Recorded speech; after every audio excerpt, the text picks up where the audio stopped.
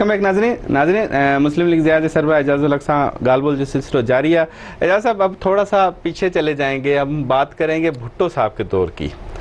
जुल्फ़िकार अली भुट्टो पीछे ले जा रहे हैं आप सर, 1947 में चले जाएंगे तो नहीं, तारीख में तो जाना बहुत ज़रूरी है ना, क्योंकि असल बात तो तारीख की झोंकों में जाएंगे तो असल हक़ाइक़ निकलेंगे। क्योंकि कहा यह जाता है, सियासी हलकों में कहा जाता है कि जो ब्रेक आया वो जनरल ज़िया और भुट्टो साहब के दौर में ब्रेक आया पाकिस्तान की तरक्की में। आप इत्तेफाक करते हैं इस चीज़ से?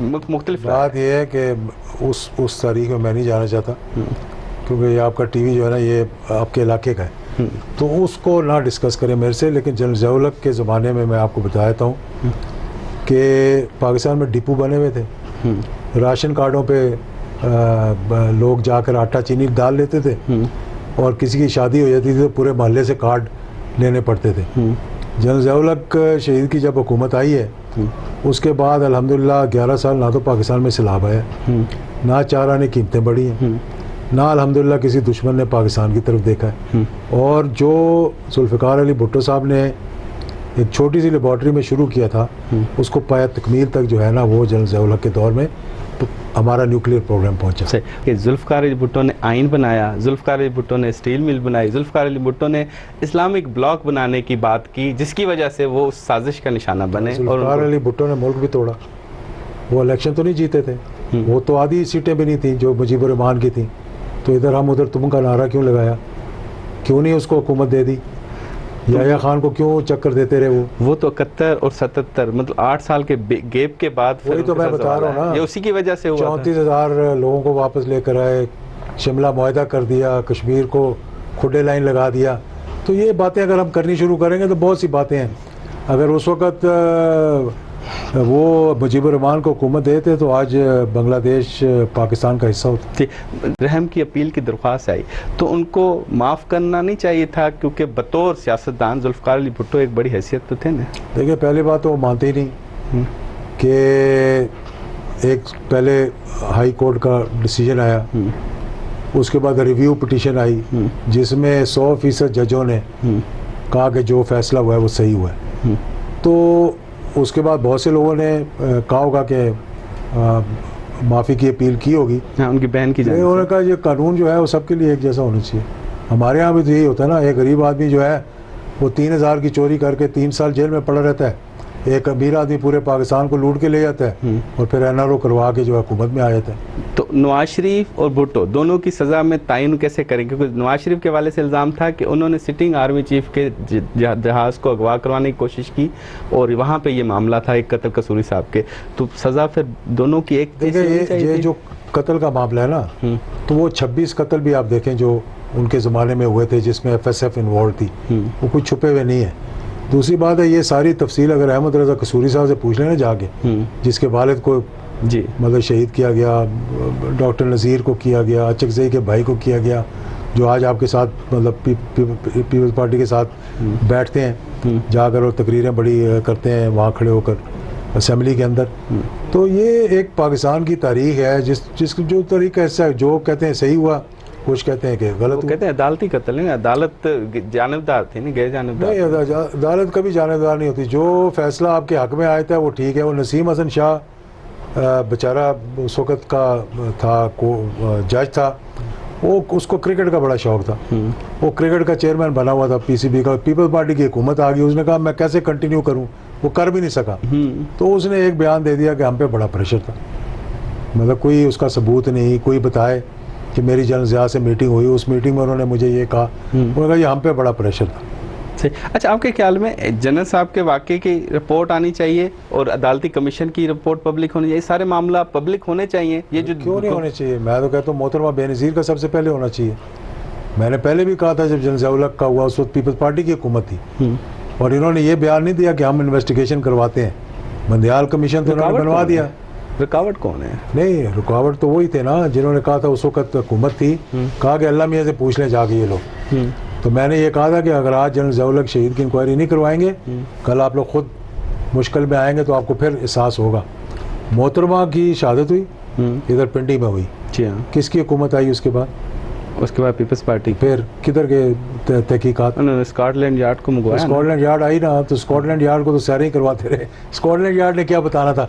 यहाँ एक SHO को पकड़ के उल्टा खड़ा करें, अगर 10 मिनट में ना बता दे तो मुझे पकड़ लेना आप। सही। तो आपके ख्याल में वो कुछ हकायक छुपाए गए? जो कत्ल करने वालों को भी कत्ल करवा दिया गया। यार अब क्यों मेरा मतलब आप मुझसे तफसील मांगते हैं?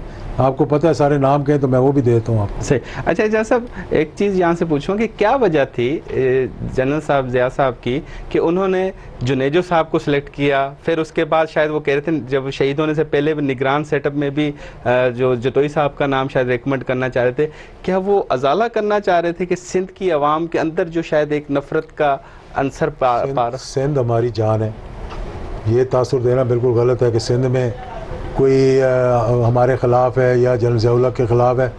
मैं पूरे सिंध का दौरा करके आया हूँ। हमारी सारी बरादरी जो है ना, पीपल्स पार्टी के जो वोटर वो सिंध में बैठे। पीपल्स पार्टी के वोटर क्या, पीपल्स पार्टी तो रहेगी छोटी सी महदूद होके, अगले इलेक्शन में इंशाल्लाह यहाँ भी नहीं होगी। सही। ये आप देख लेना, मतलब अभी आज मेरा आपको चैलेंज है। तो इसके एक पीछे 2 दौरे करने थे वहाँ के, अच्छा, फिर आप देखेंगे कि कौन कहाँ खड़ा हुआ है। अच्छा, आपने पार्टी के सरबराह भी हैं, तो क्या पार्टी को जनरल ज़िया साहब के उसी फार्मूले के तहत ही चलाना चाहेंगे, उसकी ख्वाहिश जाहिर रखेंगे?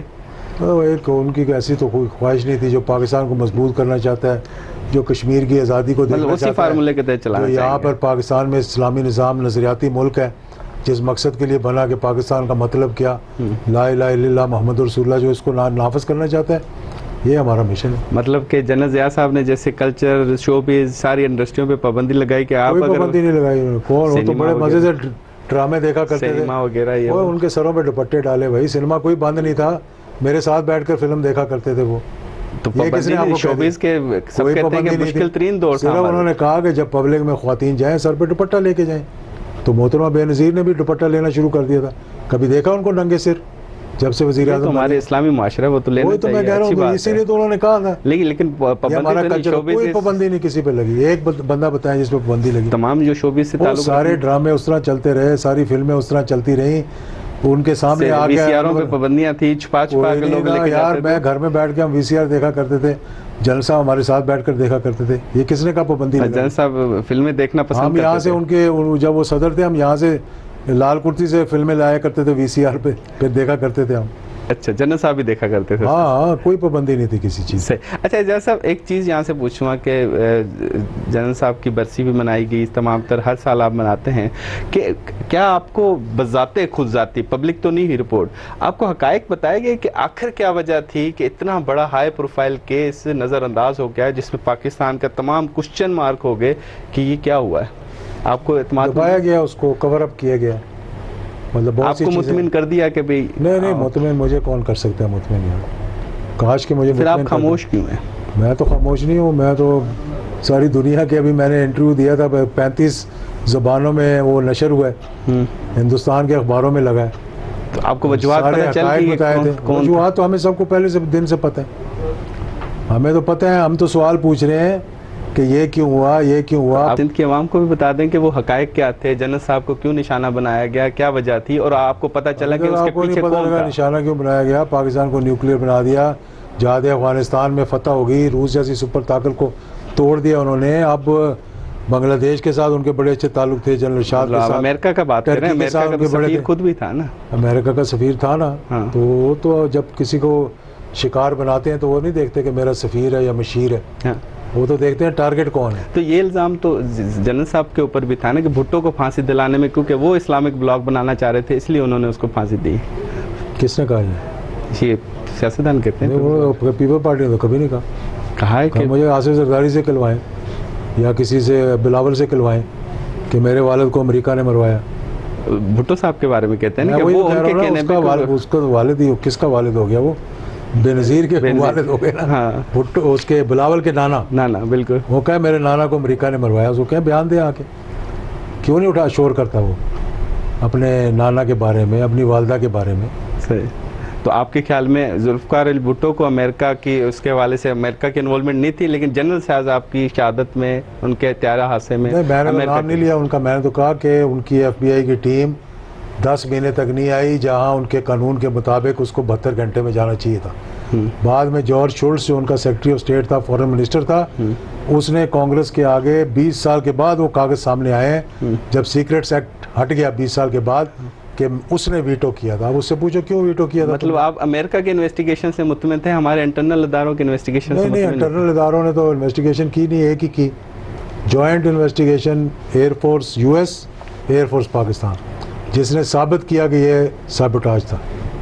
उसके अलावा तो होने नहीं दी इन्वेस्टिगेशन। साबोटाज था, तो उसमें जो मुलव्वस थे वो कौन थे, उसको जाहिर नहीं किया। वो तो इंशाल्लाह ये जब इंक्वायरी होगी, जिस तरह जिससे शफी रहमान की रिपोर्ट में जो शाया नहीं हुई, वो मेरे पास उसकी कॉपी आ गई थी, तो उन्होंने कहा था कि इसकी क्रिमिनल इन्वेस्टिगेशन। तो आप स्ट्रगल करेंगे अब इस इंक्वायरी को पब्लिक हमेशा दिन रात स्ट्रगल करते हैं, रोज आपके साथ बैठकर बात कर रहे हैं, तो हर प्रोग्राम कब तक होगी, इम्कान है, क्योंकि बड़ा वाक़या है ना, इतना बड़ा वाक़या है, तो मोहतरमा का तो अपनी हुकूमत नहीं करवा सकी। अफसोस तो इस बात का है। हमारे बात तो हमारी सबसे जो मुखालिफ थे सियासी तौर पर, वो उनकी हुकूमत आई। वैसे ये सवाल तो आपसे भी है कि आप भी वफाकी वजीर बने, नवाज शरीफ साहब उनके बड़े सपोर्टर, उनके राइट हैंड, उन्होंने इंक्वायरी करके ये चीज़ पब्लिक नहीं की, तो इसका मतलब खामोशी। वो नहीं कर सके ना, किसी ने मना किया होगा उनको। मैं तो एक वफाकी वजीर तो कुछ भी नहीं कर सकता, उसके तो हाथ बंधे होते हैं। तो वो जो नवाज शरीफ साहब राइट हैंड, खास बच्चा, जो जिक्र, वो चीज़ें, बच्चे कई दफ़ा कुछ करते हैं, बच्चे फिर कई दफ़ा नहीं भी कुछ करते। सही।